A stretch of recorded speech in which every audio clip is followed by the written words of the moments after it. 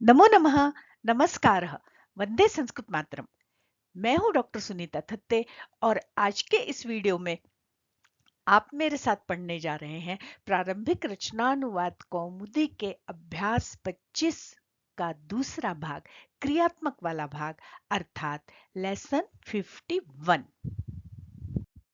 हमारे इस अभ्यास 25 भाग 2 अर्थात लेसन 51 के मुख्य पाठ्य बिंदु हैं उकारांत नपुंसकलिंग मधु शब्द के शब्द रूप, तवतु प्रत्यय, दा धातु के अवशिष्ट दो लकार विधिलिंग लकार और लिट लकार, साथ ही श्चुत्व संधि। तो आइए हम चलते हैं अभ्यास 25 के क्रियात्मक वाले भाग पर। उसके पूर्व हम इस अभ्यास के नियमों वाले भाग पर एक संक्षिप्त दृष्टि डालेंगे। इसका विस्तृत विवेचन पिछले वीडियो में अर्थात लेसन 50 में विस्तार से किया गया है। तो अगर आपने वह वीडियो नहीं देखा है तो आपसे अनुरोध है कि क्रियात्मक भाग का अर्थात उत्तरों का, आंसर की का यह वीडियो देखने से पहले आप नियमों वाला भाग लेसन 50 अवश्य देख ले। उसे मैं यहाँ आई बटन पर लगा रही हूँ। तो यह है आपके सामने प्रारंभिक रचनानुवाद कौमुदी के अभ्यास 25 का प्रथम पृष्ठ अर्थात नियमों वाला भाग, जिसके अंतर्गत हमने पिछले वीडियो में नियम 63 से लेकर 65 तक कुल 3 नियम जाने। क खंड के अंतर्गत मधु से लेकर अश्रु तक 7 उकारांत नपुंसकलिंग शब्दों के अर्थ जाने तथा उनके रूप चलाए। इसी तरह ख खंड के अंतर्गत प्र, आप, प्राप, पाना से लेकर वह, ढोना और बहना इस अर्थ वाली 13 धातुओं के अर्थ जाने। हमने ये भी जाना कि मधु से लेकर अश्रु तक के ये जो 7 शब्द हैं, इन सातों के रूप मधु के समान ही चलेंगे और ध्रुव, त्यज और वह इन धातुओं के रूप भवतिवत चलेंगे। अन्य धातुएं दूसरे गणों की हैं, परंतु इस पाठ का मुख्य पाठ्य बिंदु तवतु प्रत्यय है, इसलिए हमको इन धातुओं को लकारों में नहीं चलाना है। हमको इन धातुओं को तवतु प्रत्यय लगाकर भूतकालिक प्रयोग करते हुए अनुवाद करना है। तो यहाँ पर हमने ये जाना कि व्याकरण के अंतर्गत मधु शब्द, तवतु प्रत्यय, दा धातु और चुत्व संधि, यह 4 हमारे इस पाठ के पाठ्य बिंदु हैं। यहाँ कह रहे हैं कि मधु शब्द के पूरे रूप स्मरण करो। तो पिछले वीडियो में हमने मधु शब्द के पूरे रूप स्मरण किए हैं, साथ ही दारू आदि के रूप भी मधु के तुल्य चलाए हैं। यदि आपको अभी भी शब्द रूप याद नहीं हुए हैं तो मधु शब्द के रूपों का वीडियो मैं यहाँ ऊपर आई बटन पर लगा रही हूँ, आप उसे अवश्य देख लें। इसी तरह दा धातु के विधिलिंग और लिट के रूप भी हमने पिछले वीडियो में विस्तार से सीखे थे, बनाए थे, और उसके लिए भी दा धातु का वीडियो बनाकर मैंने यहाँ आई बटन पर लगा लिया है। यदि आपको याद नहीं है तो आप उस वीडियो को अवश्य देख लें। साथ ही हमने पढ़ा नियम 63। इस नियम के अंतर्गत व्यंजन संधि का एक नियम स्तोह चुना शु। कह रहे हैं स या तवर्ग से पहले या बाद में जब श या चवर्ग कोई भी हो तो स को श और तवर्ग को चवर्ग हो जाता है। यहाँ कुछ उदाहरण दिए, जैसे रामश्च, हरिश्च, कश्चित, तच्च, सच्चित, उच्चारणम, सज्जनः, उज्ज्वलः और याच्या आदि। यहाँ पर मैं ये बताना चाह रही हूँ कि जैसे जैसे हम प्रारंभिक रचनानुवाद कौमुदी में आगे आगे पाठों की ओर बढ़ रहे हैं, वैसे वैसे पाठ्य बिंदु विस्तृत होते जा रहे हैं, बढ़ते जा रहे हैं, और एक ही वीडियो में सारे पाठ्य बिंदुओं को विस्तार से समझाना संभव नहीं है। इसलिए इस स्तोष चुनाश्चु से संबंधित भी जो अलग से वीडियो बना हुआ है, जिसको देखकर आप इस श्चुत्व संधि को, इसको श्चुत्व संधि भी कहते हैं, बहुत अच्छी तरह समझ सकते हैं, वो वीडियो भी मैं यहाँ आई बटन पर लगा रही हूँ। उसे आप देखकर इस संधि को अच्छी तरह समझ लें, क्योंकि इसका काम हमें शब्द रूप बनाते समय, धातु रूप बनाते समय तो पड़ता ही है, और परीक्षा की दृष्टि से भी यह संधि बहुत महत्वपूर्ण है। देखिए आई बटन पर वीडियो लगाने का तात्पर्य यह है कि वीडियो में ऊपर के और एक पट्टी पर वीडियो का नाम लिखा हुआ आपको दिख रहा होगा, वहां आप क्लिक करेंगे तो संबंधित वीडियो खुल जाएगा।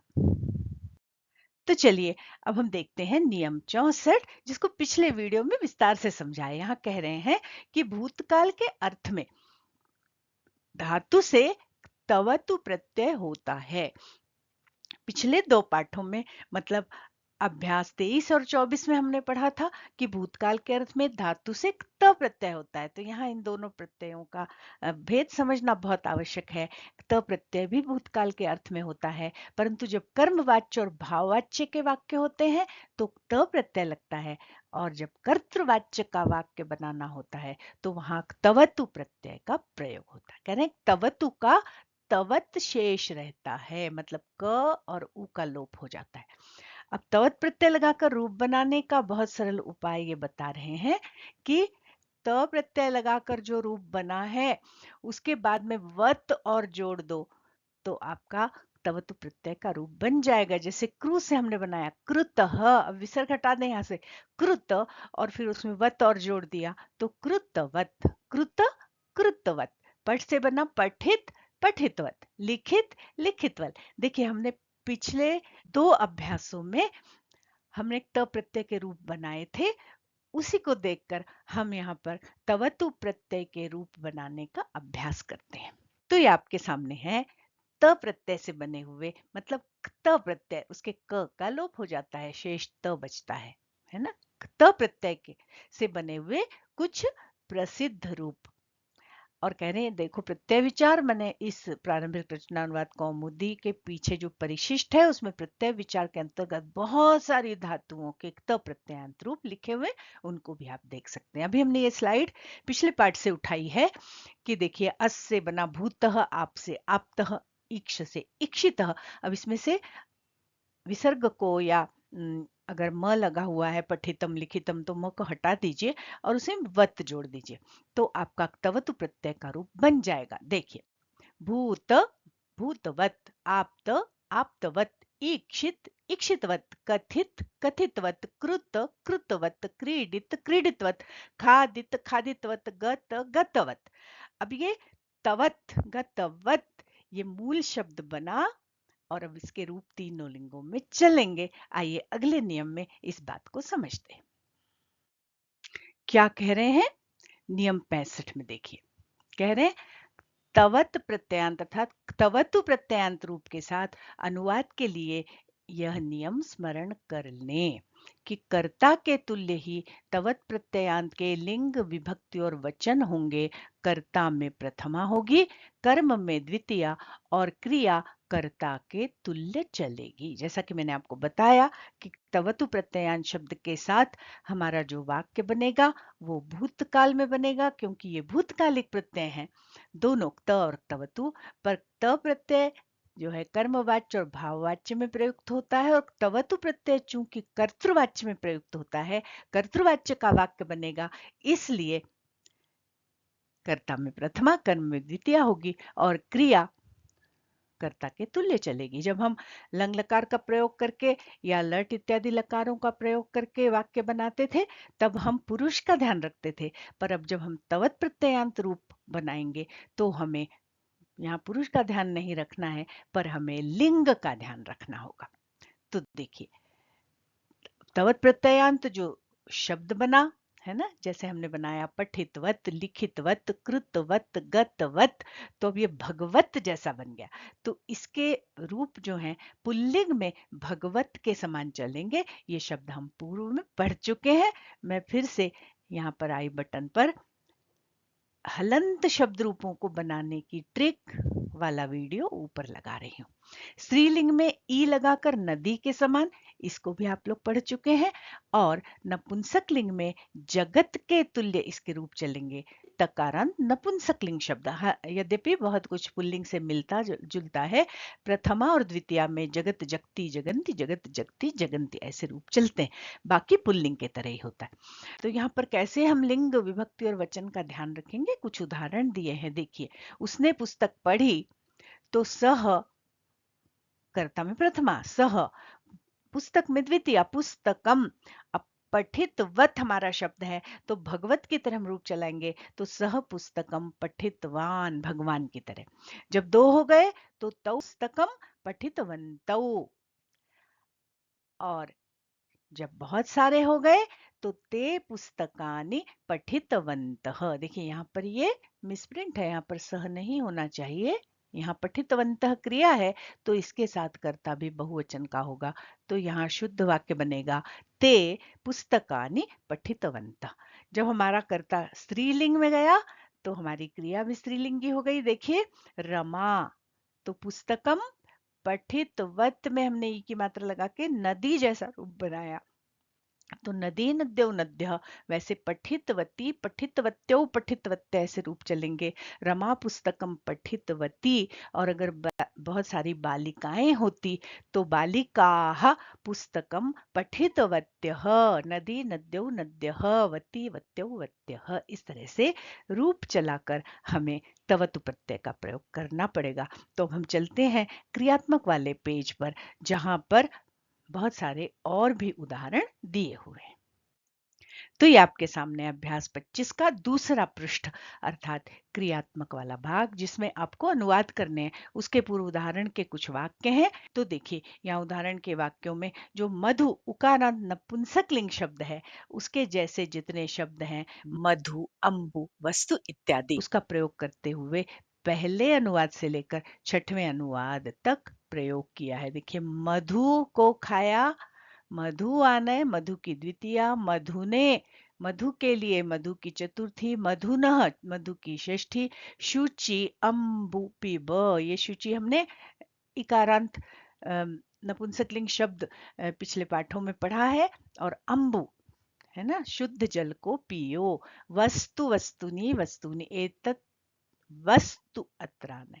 इसके बाद सातवें उदाहरण से आप देख रहे हैं, तवतु प्रत्यय का प्रयोग करते हुए वाक्य बनाए हैं। सह त्वम अहम वा गृहम गतवान, वह तुम या मैं, है ना, कोई भी है, प्रथम पुरुष, मध्यम पुरुष, उत्तम पुरुष, क्रिया पर पुरुष का प्रभाव नहीं पड़ता, सब में बना है। गत एक वचन है तो गतवान, तौ युवाम आवाम वा गृहम गतवन्तौ, तुम दोनों, वे दोनों, या हम दोनों, दो है तो गतवन्तौ, और ते यूयम वयम वा, बहुत सारे हैं, तीनों पुरुषों के कर्ता, तो गतवन्तः ऐसा रूप बनता है। पर यहाँ पर एक बात हमें ध्यान में रखने की है कि पुरुष का ध्यान तो हमें नहीं रखना होता, पर हमें यहाँ लिंग का ध्यान अवश्य रखना होता। यदि यहाँ पर पुल्लिंग के स्थान पर स्त्रीलिंग शब्द होते तो एक वचन में गतवती, द्विवचन में गतवत्यौ, और बहुवचन में गतवत्यः ऐसे शब्दों का प्रयोग हमें करना होता। सह भाषणम दत्तवान, उसने भाषण दिया, तो देखो सा था तो वचनम उक्तवान नहीं हुआ, उक्तवती। सह था तो दत्तवान, सा हुआ, जैसे लिंग बदला कर्ता का, तो इस क्रिया का भी लिंग बदल गया, उक्तवती। ते गृहम त्यक्तवन्तः, वे बहुत सारे थे तो त्यक्तवन्तः, और सह अकेला है तो छिन्नवान। अब यहाँ तक तो एक तवतु प्रत्यय के रूप हैं। अब 14 और 15 ये दो जो वाक्य हैं वो आप देखिए, जो हमने दा धातु अभी पढ़ी है विधिलिंग और भविष्य काल में, उसका यहाँ पर प्रयोग किया है। रामः धनम दद्यात्, त्वं दद्याः, अहम दद्याम, और सह धनम दास्यति, त्वं च दास्यसि, और यहाँ एक और जोड़ लिए, अहम च दास्यामि। तो अगला बिंदु देखिए, 2 नंबर का, संस्कृत बनाओ। यहाँ आपको अनुवाद करने थे, आपने अपनी कॉपी में किए होंगे, आंसर की का वीडियो है, अपने उत्तरों की जांच कीजिए।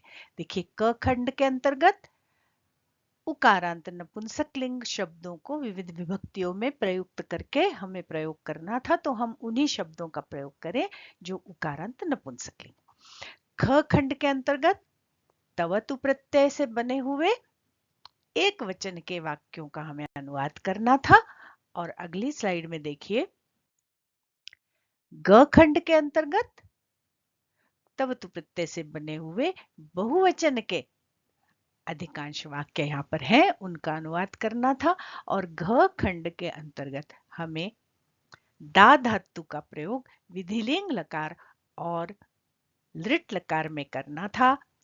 आप लोगों ने किया होगा, मैं यहाँ उत्तर बता रही हूँ, अपने उत्तरों की जांच कीजिए। यहाँ एक बात पुनः बता रही हूँ कि दा धातु भ्वादिगण की जिसमें यच्छ आदेश हो जाता है उसका प्रयोग हमें नहीं करना है, हमें दा धातु के रूप चलाकर यहाँ पर इन वाक्यों का अनुवाद करना है।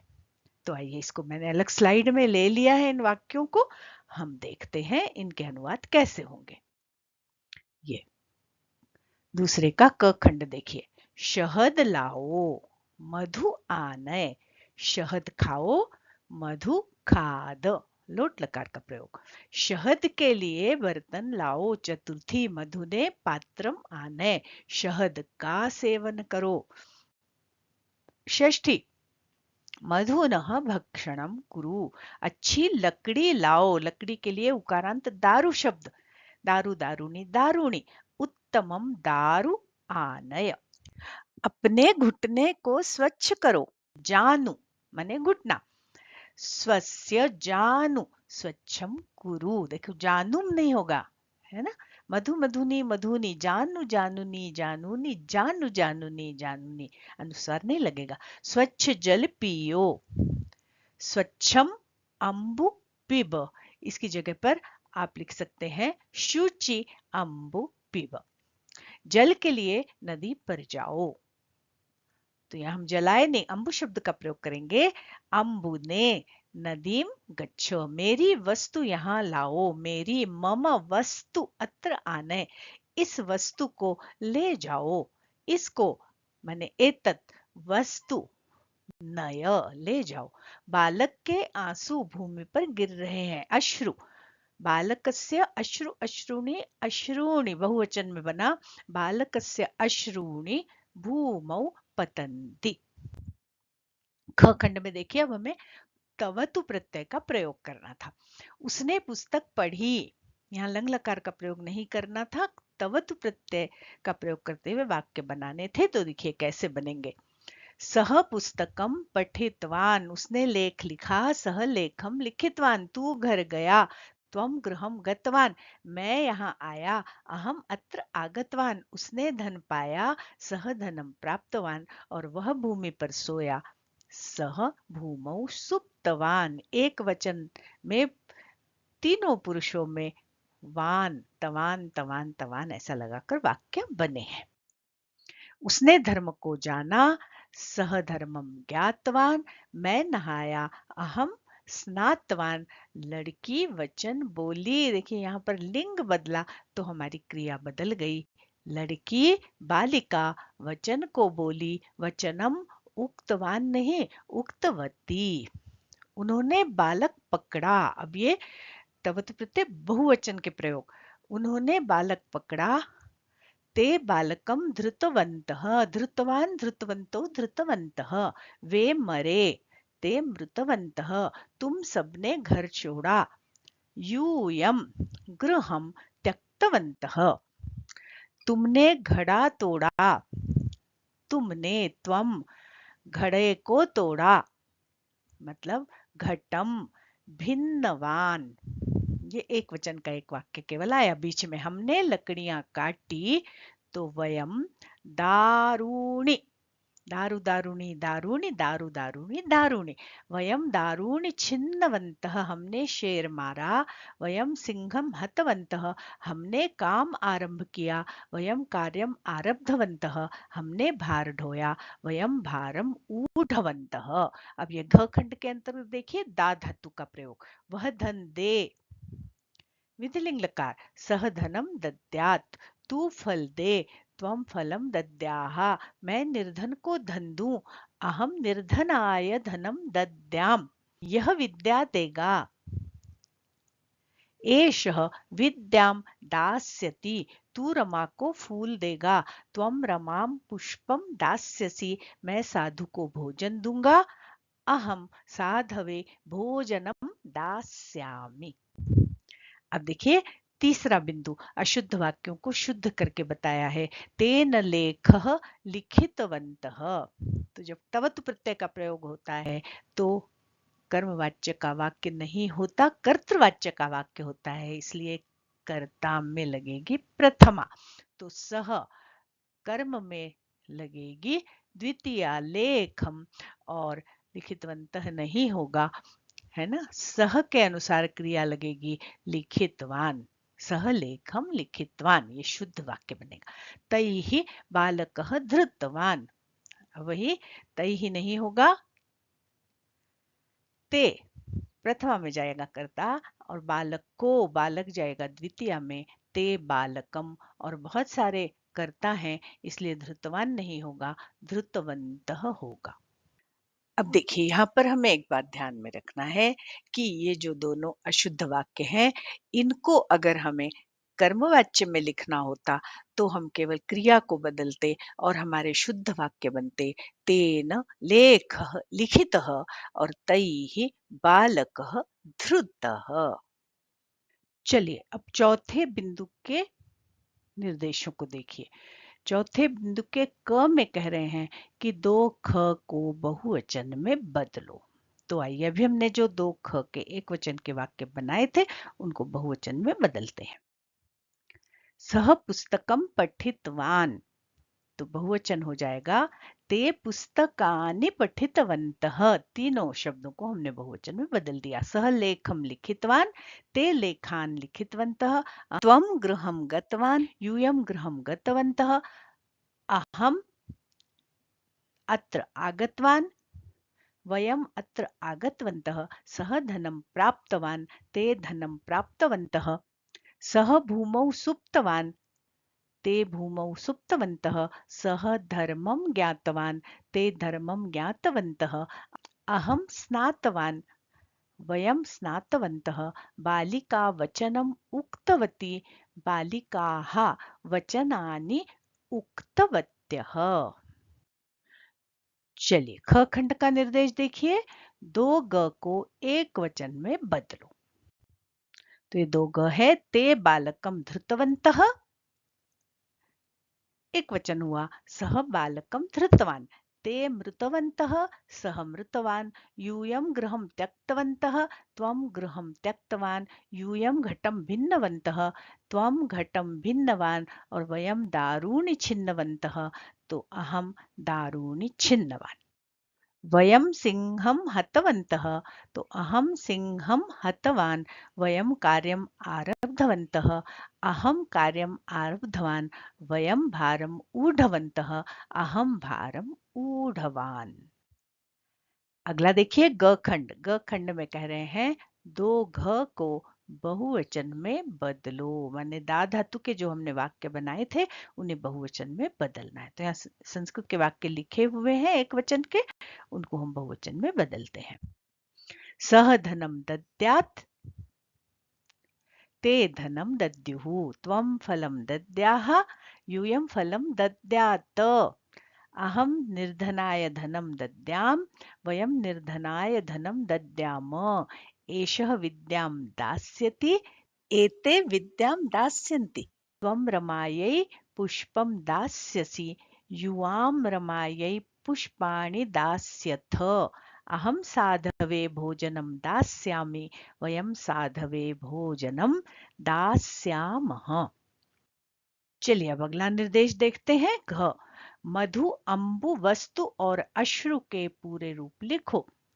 इन सारे रूपों को बनाने की विधि और याद करने की विधि का विस्तार से विवेचन हम पिछले वीडियो अर्थात लेसन 50 में कर चुके हैं। साथ ही ङ, दा धातु के विधिलिंग और लिट के रूप लिखो, इन्हें बनाने की प्रक्रिया भी हम पिछले वीडियो में सीख चुके हैं और उसका वाचन करके शुद्ध उच्चारण भी हमने सीखा है। यहाँ पर आपकी सुविधा के लिए मैं इन सारे रूपों को फिर से प्रदर्शित कर रही हूं। यदि आपको कॉपी में उतारना है तो आप इन्हें उतार सकते हैं।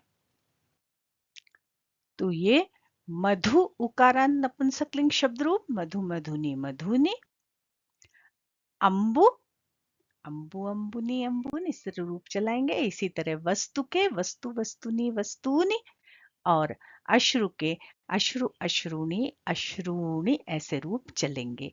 साथ ही ये दा धातु का विधिलिंग लकार, दद्यात दद्यातम दद्युः, दद्याह दद्यातम दद्यात, और दद्याम दद्याव दद्याम, और दा धातु लृट लकार, दास्यति दास्यतः दास्यन्ति, दास्यसि दास्यथः दास्यथ, दास्यामि दास्यावः दास्यामः।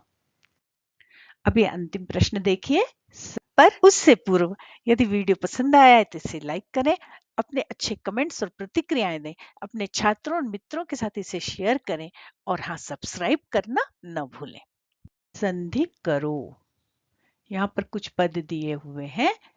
इन पदों के बीच हमें शुत्व संधि के नियमों के अनुसार संधि करनी थी। तो आपने की होगी कॉपी में। इस आंसर की के वीडियो से आप उसे चेक कीजिए। कृष्ण च, अभी देखिए यहाँ पर कृष्ण च है, तो ये कृष्ण के विसर्ग और गुरु च में गुरु के विसर्ग का विसर्ग संधि के नियम से विसर्ग के स्थान पर स होगा, और फिर चुत्व संधि का नियम लगेगा, और हमारे पद बनेंगे कृष्ण च कृष्णश्च गुरुश्च गुरुश्च। यदि आप विसर्ग संधि के नियमों को भी जानना चाहते हैं तो मैं यहाँ आई बटन पर या एंड स्क्रीन पर विसर्ग संधि के नियमों वाली प्लेलिस्ट की लिंक लगा दूंगी। उसे देखकर आप विसर्ग संधि के नियमों को भी सीख सकते हैं। आगे देखिए, कश्चन कश्चन सच्चरित्रः, तो त की जगह हो जाएगा च, तवर्ग की जगह च वर्ग शब्द बनेगा सच्चरित्रः। इसी तरह सच्चित सच्चित। अब सदजन तृतीय वर्ण था, तो चवर्ग का तृतीय वर्ण हो जाएगा सज सज्जन। तद जलम, यहाँ भी तृतीय वर्ण है तज्जलम। और याचना, देखिए च वर्ग के संपर्क में तवर्ग आया, तवर्ग बाद में है। हर स्थान पर तो तवर्ग पहले था, यहाँ बाद में है, फिर भी इसी में परिवर्तन होगा और हमारा शब्द बनेगा ना की जगह तथ दध न, तो च ज और हमारा शब्द बनेगा याचियां। तो यहाँ पर हमारा आंसर की वाला लेसन 51 अर्थात अभ्यास 25 भाग 2 समाप्त होता है। आशा है कि आपके उत्तरों का मूल्यांकन करने के लिए यह वीडियो उपयोगी सिद्ध होगा। आज के लिए बस इतना ही। बहुत शीघ्र मिलते हैं प्रारंभिक रचनानुवाद कौमुदी के अगले लेसन के साथ या किसी अन्य नूतन अवधारणा के साथ। तब तक के लिए नमस्कार। जयतु संस्कृतम जयतु भारतम, पुनर्मिलामः।